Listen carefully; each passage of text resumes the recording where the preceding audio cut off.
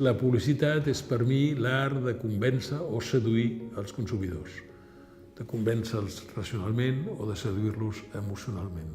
L'essència no canvia, la gent consumeix per satisfer una necessitat. Una bona idea pot valdre molts milions.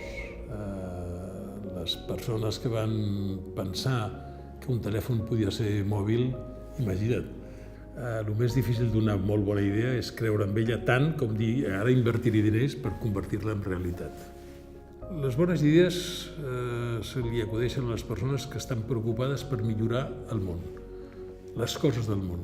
El llibre vermell de la publicitat m'han demanat que faci una versió per passar-la per internet. He afegit un capítol sencer del món de l'internet que en el llibre no hi parlava.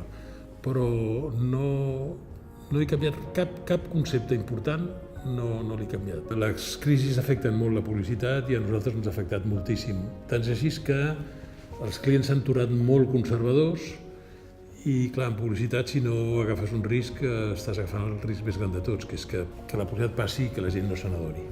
He fet campanyes de publicitat amb un cost quasi zero.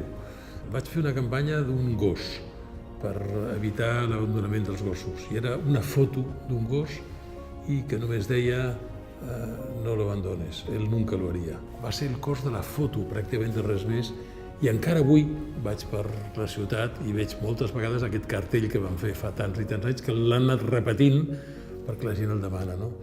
S'ha de ser valent, s'ha de ser empresari, s'ha de ser emprenedor i s'ha de dir, i crec en aquesta idea i això funcionarà.